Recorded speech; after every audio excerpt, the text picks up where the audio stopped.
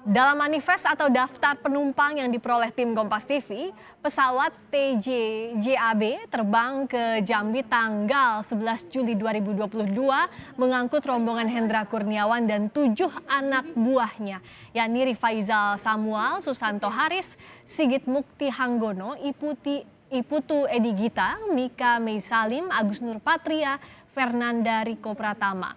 Tim SUS saat ini masih fokus menangani 2 perkara pembunuhan Brigadir Yosua dan perintangan penyidikannya.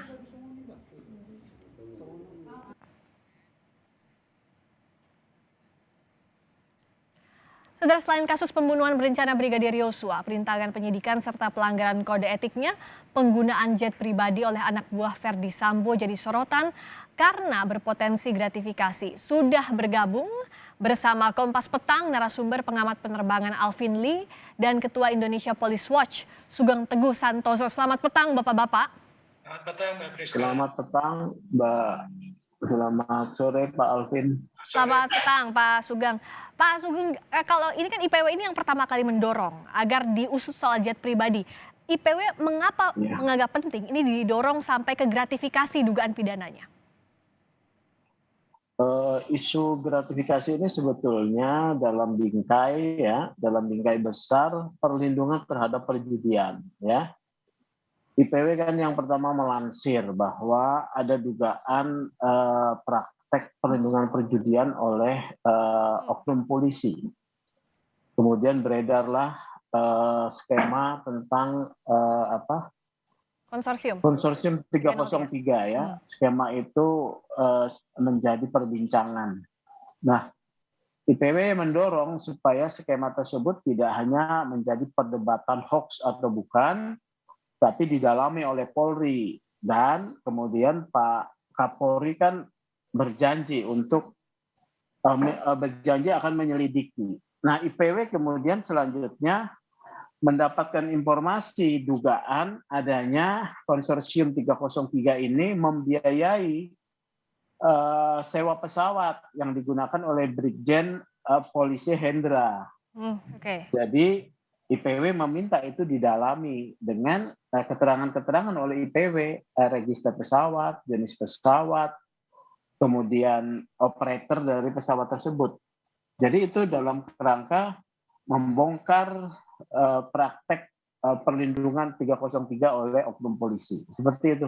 Oke, kalau jadi penggunaan jet pribadi ini bisa jadi pintu masuk gratifikasi, termasuk kalau IPW lihat sampai ke konsorsium 303 judi. Saya ke Pak Alvin Lee dari mulai layer awalnya dulu.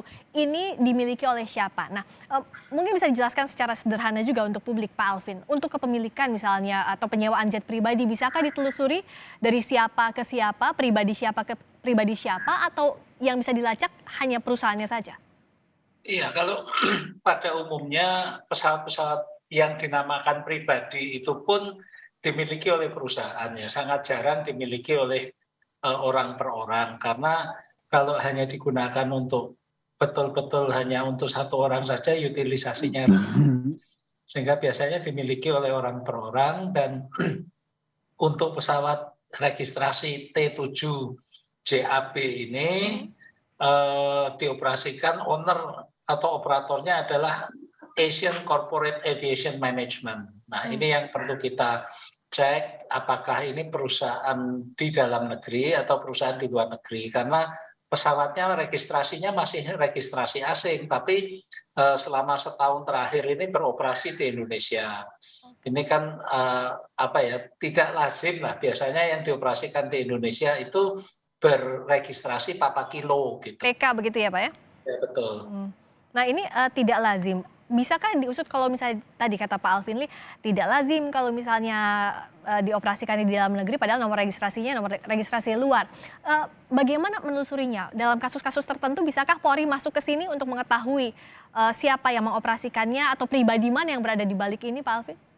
Oh sangat bisa ya. Jadi dalam hal ini Polri, Kejaksaan Agung, Pengadilan bisa memberikan perintah untuk perusahaan pemilik pesawat tersebut membuka siapa penyewanya, data-data lain termasuk kapan pesannya, kontak personnya siapa, pembayarannya bagaimana, itu aparat penegak hukum tentunya punya kewenangan tersebut.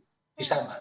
Oke, saya ke Pak Sugeng. Kalau tadi ada pintu masuknya bisa telusuri dari awalnya siapa saja yang berada di belakangnya. IPW melihatnya diselesaikan dari mana dulu? Karena kan bicara layer pidana ini kita harus hati-hati membukanya begitu ya Pak Sugeng ya. Gratifikasinya dulu kah? Ataukah tadi bicara soal konsorsium judinya dulu kah? Sementara di sisi lain juga sekarang kan perintangan penyidikan dan pembunuhan juga masih diisidik oleh polisi. Jadi dimulai dengan membuka penyelidikan ya. Membuka penyelidikan dengan meminta keterangan para pihak ya yang disebut tadi ya, keterangan dari pengelolanya, kemudian anggota polisi yang berangkat ya, kemudian juga operator maksud saya PT ACAM tadi, kemudian dari sana kalau sudah ada satu proses bukti awal, ya bisa dilakukan meningkatkan penyidikan, ada upaya paksa ya, ada upaya paksa dengan meminta membuka siapa yang membayar atau memfasilitasi penerbangan tersebut. Itu bukan sesuatu yang sangat sulit ya. Meskipun tadi di luar yang mengoperasikannya bukan di dalam negeri, tapi sangat bisa begitu Pak Sugeng? Bisa, itu operatornya di Indonesia kok, PT lokal ada. Oke, nah kalau agar mudah juga dipahami Pak Sugeng, bagaimana agar kerja polisi ini bisa bisa kita tahu bahwa SOP ini yang dilanggar yang mana? Karena bicara soal etik dan pidana kan saling berurutan, batasan boleh atau tidaknya polisi menggunakan jet pribadi sebenarnya seperti apa sih Pak Sugeng? Ya, sebut gratifikasi itu kan adalah penerimaan fasilitas ya, barang, uang, potongan harga untuk yang diketahui berpotensi seorang aparat negara mempengaruhi kewenangannya. Itu sudah sangat jelas. Ya. Tinggal diperiksa saja, dimintai keterangan. Kalau udah cukup bukti, tingkatkan penyidikan sebagai satu perkara tersendiri, ya. Karena dalam waktu 30 hari tidak disampaikan laporan ke KPK, itu pelanggaran, korupsi itu. Sewa itu kan mahal itu, sewa pesawat. Begitu ya. Sewa pesawat jet pribadi ini Pak Alvin Lee, kira-kira kisaran harganya tentu beragam ya, tapi ya rata-ratanya berapa? Bisakah diketahui Pak Alvin? Iya, pesawat yang disewa ini bukan pesawat yang terkecil ya, karena penumpangnya saja 8 orang plus pilot, kopilot dan ada pramugari. Ini perkiraan saya untuk rute Jakarta, Jambi, Jakarta itu mungkin pada kisaran $80.000. Wow, $80.000 itu ya untuk PP perkiraannya. Ya, kalau $80.000 itu kan sudah 1 miliar ya. Nah, termasuk juga kalau biaya kerja atau biaya dinas, perjalanan dinas polisi harusnya tidak segitu, tidak $80.000 begitu ya Pak Sugeng? Iya, itu sudah melebihi nilai gratifikasi yang diperkenankan, 500.000 kan, yang diperkenankan itu penerimaan hadiah ataupun fasilitas tuh $500.000. Kalau udah 1 miliar, itu sudah gratifikasi, kalau tidak dilaporkan. Pembuktiannya sangat sederhana. Ada pengakuan penggunaan fasilitas ya, dengan nilai konversinya sewanya itu lebih daripada $500.000, tidak dilaporkan kepada KPK, itu sudah gratifikasi. Kemudian siapa yang memberikan gratifikasi? Berdasarkan info yang didapatkan oleh IPW itu adalah jaringan konsorsium 303. Yang lapornya siapa sih Pak Sugeng, agar lebih mudah dipahami juga, yang harusnya melapor itu siapa ke KPK tadi soal gratifikasi? Tidak perlu ada laporan. Ini kan satu tindak pidana, bukan delik aduan ya. Karena delik biasa. Delik ini biasa bukan begitu. Delik aduan, delik biasa alat bukti atau barang buktinya sudah terbuka ya, sudah terbuka kepada publik. Kemudian Pak Kapolri janji mengusut ya, kan sudah ada janji mengusut. Oleh karena itu saya mendorong Pak Kapolri menjelaskan apakah sudah ditunjuk tim penyelidik untuk membongkar kasus 303 ini. Itu Bisa pertama. jadi tim sus juga, bisa dari tim sus juga begitu Pak Sugeng ya, kalau bicara rangkaian kasus. Bisa tim sus. Kalau menurut saya memang harus tim gabungan. Kalau diserahkan kepada satu tim, katakanlah di Propam ya, saya pesimis bahwa ini bisa terbongkar. Ya, kalau di tim sus ada beberapa kesatuan lain yang kemudian bergabung, akan saling check and balance, saling mengawasi lah setidaknya, apalagi dibentuk tim gabungan dari luar ya, ini bisa lebih terungkap lagi begitu. Kalau dari Pak Alvin untuk penelusurinya taruhlah kalau pengakuan itu biasanya sulit, tapi kan yang kita cari adalah bukti, misalnya manifest saja, siapa yang bisa bertanggung jawab atau bagaimana polisi bisa mengeceknya, paling mudah kemana begitu? Iya, manifest itu yang pasti punya kan perusahaan penerbangannya ya. Dan ketika perusahaan penerbangan itu mengajukan izin untuk melakukan penerbangan, mereka juga harus memasukkan data itu kepada pengelola bandara, kepada Airnav, kemudian juga kepada laporan kepada Direktorat Jenderal Perhubungan Udara. Nah, itu saya yakin itu bisa ditelusur lah.